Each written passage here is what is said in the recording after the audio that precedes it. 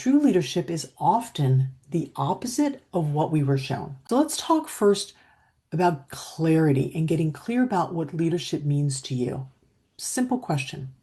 What's your definition of leadership? Not the one that you think you should give, but what is your definition of leadership, the one that you actually live from? That is important to know because too often we inherit somebody else's version of leadership, or we're told this is the one we should be living according to. And maybe leadership, like the way you learned it, I know in my family, it was top-down hierarchical, right? Maybe in yours it looked like control, or maybe it meant being decisive at all costs, whoever's going to suffer, or being emotionally unavailable, like being total intellect, or maybe always having the final word and being, that way a commander.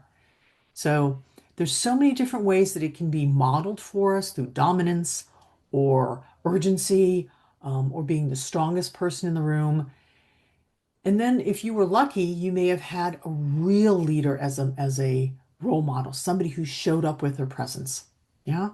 But if you didn't have that, if you had a version of leadership that doesn't speak to you any longer, that's what you're still living according to. And true leadership is often the opposite of what we were shown. So leadership is about presence. It's not about power. It's about responsibility and taking ownership, and it's not about getting recognition or approval. So it's a lot less about commanding attention and more about stabilizing a space so that others can not only function better within that space, but that they can bring their highest and best. That's leadership.